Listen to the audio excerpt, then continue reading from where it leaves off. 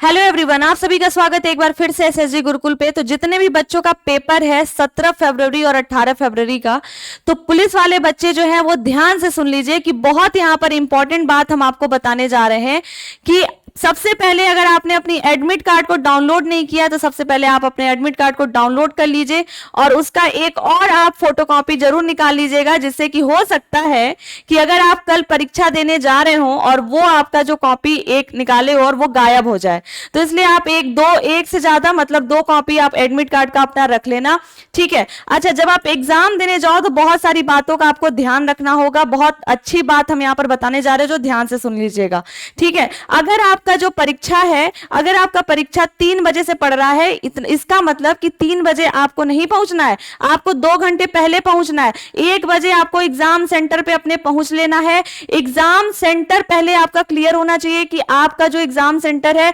आपका परीक्षा कहां पर पड़ा हुआ है, किस जगह पड़ा हुआ है। अगर आपके नजदीकी कहीं पड़ा है तो आप जा करके एक बार जरूर वहां पर चेक कर ले कि हाँ, मेरा पेपर यहां पर पड़ा हुआ है और हमें कल यहां पर पेपर देने आना है, ताकि आपसे कभी भी कोई गलती ना हो और आप जो है ट्रैफिक में ना फंसे। आपका पेपर अगर 3 बजे है, आप अपने घर से 10 बजे निकल जाना सुबह, ताकि आप किसी ना किसी हाल में अच्छे से अपने एग्जाम सेंटर पे पहुंच पाए, ठीक है। दूसरी बात, जब आप पेपर हॉल में जाइए, जब आप एग्जाम हॉल में जाइए तो आपको क्या करना है, यहां पर क्या क्या चीजें लेकर के जानी है और किस किस बातों का बहुत ही अच्छे से ध्यान रखना है, जरा ध्यान से सुनिएगा। सबसे पहले आपको पता है कि OMR पे आधारित यहां पे ऑफलाइन परीक्षा होगी। OMR सीट आपको भरना आना चाहिए, बहुत ही ध्यान से भरना है, ये बात आप समझ लीजिएगा। टोटल आपके 150 वस्तुनिष्ठ प्रकार के प्रश्न होंगे, जिसमें आपको परीक्षा की अवधि 120 मिनट मिलेगी। 120 मिनट के ही अंदर आपको परीक्षा जो है आपको देना है और उसी के अंदर आपको सारे क्वेश्चन को सॉल्व करने हैं, ठीक है, ध्यान दीजिएगा। अच्छा, सबसे पहली चीज की नेगेटिव मार्किंग है, मतलब कि 0.5 मार्क्स का नेगेटिव मार्किंग है और ये बहुत ज्यादा हो जाता है नेगेटिव मार्किंग, तो इसलिए बचिएगा गलत प्रश्नों को करने से। आपको प्रश्न आ रहा है तो बिल्कुल करिएगा, नहीं आ रहा है तो उसमें ज्यादा उलझने की जरूरत नहीं है कि हाँ A भी हो सकता है, C भी हो सकता है, ऐसा मत सोचना। नहीं आ रहा है छोड़ दो, क्योंकि नेगेटिव मार्किंग बहुत ही ज्यादा है। यहां पर ध्यान दीजिएगा, सबसे पहली चीज कि यहां पर लिखा हुआ है प्रश्न पत्र के किसी प्रश्न में हिंदी भाषा में किसी विवाद के प्रकरण में प्रश्न का अंग्रेजी संस्करण मान्य होगा। मतलब कि अगर आप मान लीजिए कोई प्रश्न पढ़ रहे हैं और उसमें आपको लगता है कि कोई ना कोई मिस्टेक है, तो आप एक काम करिएगा, अंग्रेजी भाषा वाले जो प्रश्न है उसको जरूर पढ़ लीजिएगा। इससे क्या होगा, जब आप अंग्रेजी भाषा के प्रश्न को पढ़ेंगे तो आपको क्लैरिफाई हो जाएगा कि क्या आपका हिंदी में जो गलती है या मिसप्रिंट हो गया है, क्योंकि इंग्लिश वाला जितने भी लैंग्वेज के इंग्लिश वाले जो भी क्वेश्चन होंगे वही सारे क्वेश्चन मान्य होंगे। आप ये कह दो कि नहीं इंग्लिश में ऐसा दिया है, हिंदी में तो ऐसा दिया है, तो ये मान्य नहीं होगा। इंग्लिश वाले ही सारे लैंग्वेज के प्रश्न जो है मान्य होंगे। तो अगर आपको हिंदी में थोड़ा सा डाउट लग रहा है तो आप इंग्लिश वाला क्वेश्चन जरूर पढ़ लेना। अच्छा, चौथा पॉइंट क्या मैंने कहा, अभ्यर्थियों को प्रवेश पत्र में रिपोर्टिंग समय के अनुसार केंद्र पर रिपोर्ट करना होगा।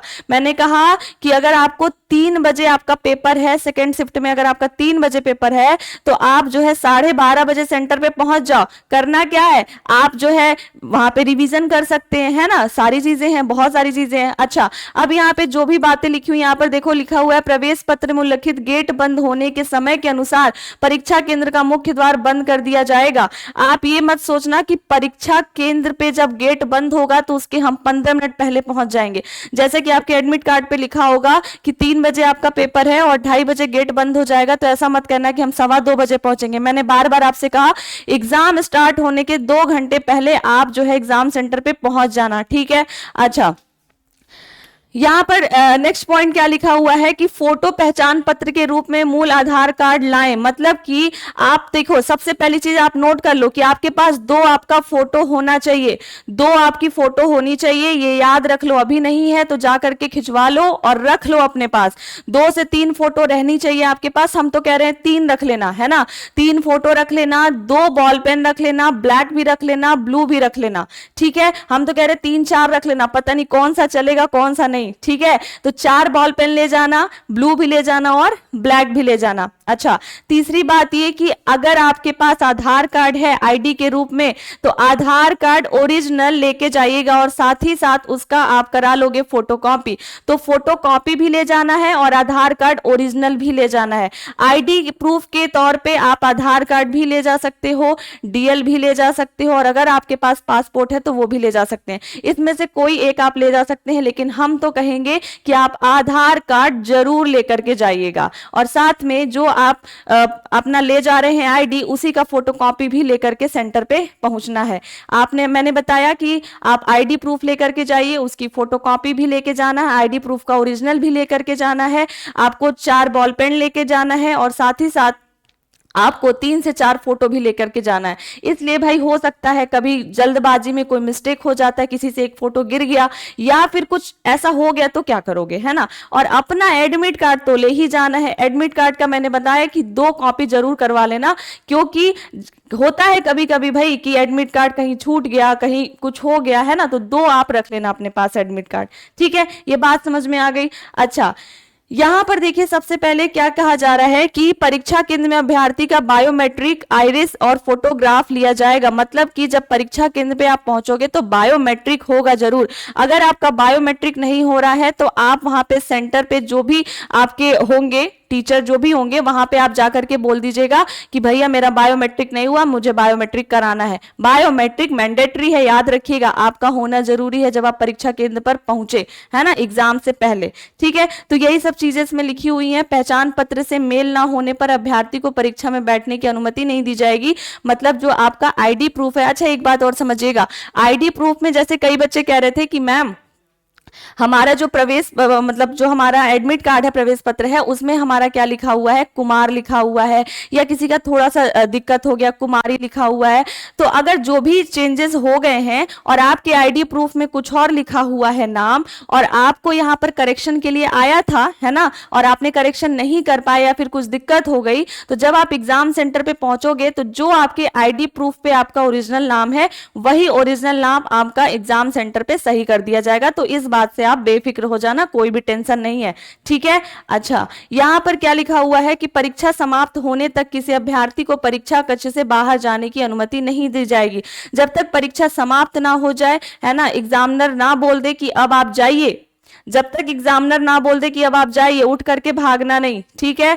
हाँ, अपने हाथ में घड़ी पहन के मत जाना, अपने लिए कैलकुलेटर लेके मत जाना, ठीक है। कोई भी इलेक्ट्रॉनिक डिवाइस नहीं चलेगा, फोन भी लेकर के नहीं जाना, जैसा कि आपको पता है ना। और दूसरी बात ये, कुछ बच्चे क्या करते हैं, बूट पहन लेते हैं, जूता पहन लेते हैं और चल देते हैं, वहां सब निकलवा दिया जाएगा, जूता भी निकलवा दिया जाएगा। इसलिए हम बार बार आपसे यही कह रहे हैं कि आप जो है स्लीपर पहन के जाइएगा, चप्पल पहन के जाइएगा, ठीक है। जब आप स्लीपर पहन के जाओगे तो वहां पे आपको कोई दिक्कत नहीं होगी कि आपको बहुत ज्यादा हेजिटेशन हो रहा है कि यार जूता निकालना है या फिर एंड ऑल, ठीक है। तो बिल्कुल ओपन माइंड होके जाइएगा, कोई वहां पर दिक्कत नहीं होगी, कोई वहां पे आपको पकड़ नहीं लेगा जबरदस्ती। आपका सब कुछ सही है, आपके पास आईडी प्रूफ है, प्रवेश पत्र है, फोटो है, बॉल पेन है, और आप बिल्कुल परफेक्ट हो, कहीं से कुछ दिक्कत नहीं है, नकल करने नहीं आए हो तो कोई वहां पकड़ेगा नहीं, ध्यान देना, ठीक है।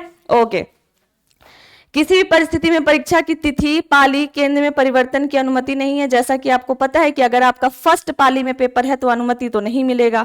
अभ्यर्थी को सलाह दी जाती है कि परीक्षा में कम से कम एक दिन पूर्व अपने परीक्षा केंद्र और वहां तक पहुंचने का पता लगा ले, ताकि वे परीक्षा के दिन समय पर केंद्र पर पहुंचे। मैंने आपसे बार बार कहा कि एक बार आपका अगर आपके जिले में परीक्षा पड़ा है ना, केंद्र पड़ा है, तो आप वहां पर जाकर के सेंटर में देख ली। नहीं तो अगर आपका कहीं और दूसरे जिले में भी पड़ा है तो आई होप कि अभी तक आपको पहुंच जाना चाहिए वहां पर, ठीक है, ताकि आपको मतलब दिक्कत ना हो, बस नहीं मिले, ट्रेन नहीं मिले, क्या होगा क्या नहीं होगा हमें नहीं पता। इसलिए आप आज ही पहुंच जाओ अपने सेंटर पे, ठीक है। हम तो कह रहे हैं रूम ले लो, रूम ले लो, क्योंकि आपने इतनी मेहनत की है पढ़ने के लिए, तो अभी परीक्षा छूट जाएगा तो क्या होगा भाई, इतना मेहनत किए हो। तो अभी हम कह रहे हैं कि रूम ले लो वहीं पर जाकर के अगल बगल, और अपना परीक्षा केंद्र बिल्कुल चेक कर लो। हाँ, परीक्षा केंद्र चेक कर लो, वहां पर परीक्षा केंद्र का सब केंद्र का अलग अलग कोड होता है, कोड भी जरूर चेक कर लेना, ठीक है। अच्छा, अब यहाँ पर देखिए दूसरी बात क्या कह रहा है, केवल सूची में नामित अभ्यर्थियों को उनसे संबंधित दिनांक, समय तथा पाली में परीक्षा केंद्र में प्रवेश की अनुमति दी जाएगी। जैसा कि आपको पता है, आपका एडमिट कार्ड पे नाम आया है तो आप जो है परीक्षा देने के एलिजिबल है ही। ठीक है, अच्छा, तो ये सारी चीजें यहाँ पर है। कोई भी electronic gadget, mobile phone, camera, घड़ी, ब्लूटूथ, कोई भी प्रकार का ऐसा नहीं कि आप घड़ी पहन लियो, नहीं, ये इलेक्ट्रॉनिक नहीं है, नॉर्मल है, कुछ नहीं चलेगा। ठीक है, अच्छा, कोई भी खाने का सामान खोला या पैक किया हुआ, पानी की बोतल, कुछ नहीं।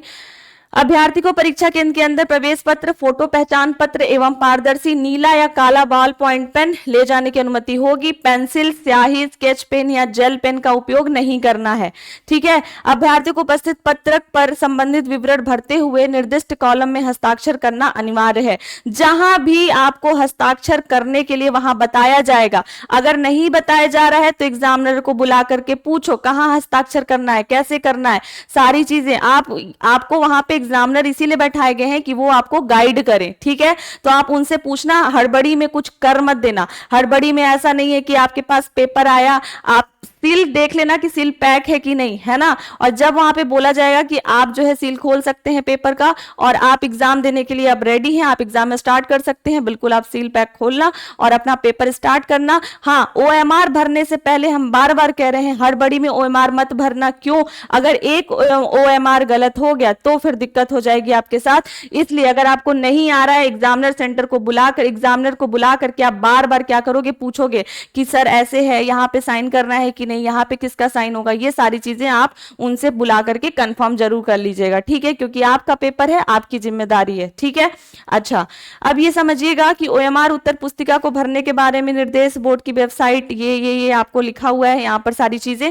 अच्छा, अब अगर आपको ध्यान दीजिएगा, अगर आपको ओएमआर भरना नहीं आता है ना, ओएमआर भरना नहीं आता है तो यहां पर आप ये समझ लीजिए कि अगर आपको ओएमआर भरना नहीं आता है तो एक चीज आपको ध्यान देना होगा, वो ये है कि जैसे यहां पर क्या होता है ना, कि जैसे मान लीजिए आपका नाम है ना, जैसे आपका नाम है अंकिता, है ना, ANKITA,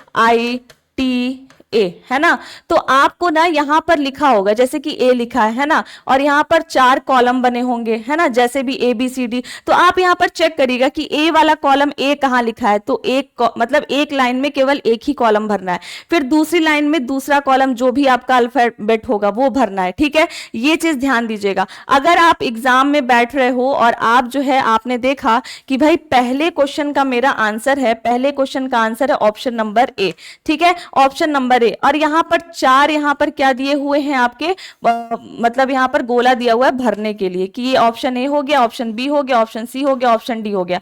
आपको पता है पहले प्रश्न का आंसर क्या है, ऑप्शन नंबर ए, तो ऑप्शन नंबर ए को आपने क्या कर दिया, यहां पे भर दिया। लेकिन बाद में आपने दोबारा से जब सॉल्व किया तो आपको पता चला अरे यार ऑप्शन ए नहीं होगा, ऑप्शन सी आंसर था। अब आप क्या करोगे, हड़बड़ा जाओगे और क्या करोगे, इसको लगोगे मिटाने, इसको मिटाने लगोगे, ओएमआर फाड़ दोगे, है ना, ऐसा नहीं करना है। और सी भी अगर आ गया है तो भी उसको नहीं भरना है। क्यों? अब वो आपका ये जो पहला प्रश्न है ना, वो आपका गलत ही माना जाएगा, 2 कॉलम भरने पर भी गलत माना जाएगा, और अगर प्रश्न का आंसर गलत है तो गलत माना ही जाएगा। ध्यान दीजिएगा, तो केवल एक ही कॉलम मान्य होगा एक प्रश्न के लिए। अगर आप एक कॉलम भरते हैं और सही है तो वो सही हो जाएगा, लेकिन अगर 2 कॉलम भरते हैं और एक सही आंसर है और एक गलत है तो वो मान्य नहीं होगा। ध्यान दीजिएगा, इससे आपको घबराना नहीं है, आपका केवल एक ही प्रश्न गलत हुआ। अगर आपने दूसरा प्रश्न जो भी आंसर है, आपका आंसर डी है, तो आप आंसर डी को यहां पर जो है फिल कर देंगे, तो इससे आपको घबराना नहीं है। पहला प्रश्न जो है आपका कैंसिल हो जाएगा, आपके लिए गलत हो जाएगा, लेकिन दूसरे से आपको जो है वो चेक किया जाएगा और आपको पूरी तरह से क्या मिलेगा, जो भी आपका मार्क्स है, जो भी आपका मतलब मार्क्स आएगा, वो सारी चीजें आपको मिलेंगी। ठीक है, तो आपको घबराना नहीं है, मैंने आपको बता दिया क्या ले जाना है क्या नहीं ले जाना है। ठीक है, और परीक्षा केंद्र पे लड़ाई झगड़ा नहीं करना है ना, परीक्षा केंद्र में बिल्कुल शांति से जाना है और आपको परेशान नहीं होना है।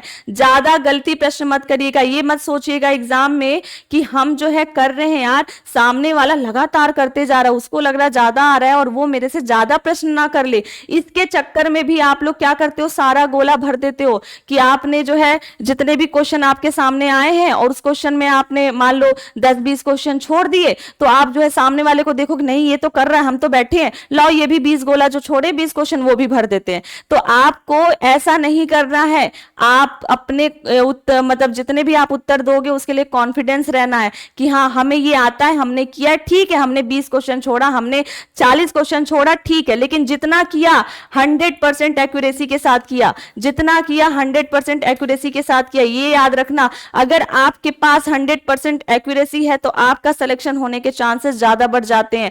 निगेटिव पे ज्यादा मत जाइएगा, जितना ही आप क्वेश्चन निगेटिव करोगे आपके सही उत्तर भी उसी हिसाब से, जितने भी आपके मार्क्स अच्छे बन रहे होंगे वो भी कट जाएंगे। तो अगर आपको 80 प्रश्न आते हैं तो आप 80 करके आना, आपको 60 प्रश्न आते हैं तो 60 करके आना, है ना। उसके चक्कर में मत देना, अरे सामने वाला तो ज्यादा कर लिया, इस चक्कर में मत पड़िएगा।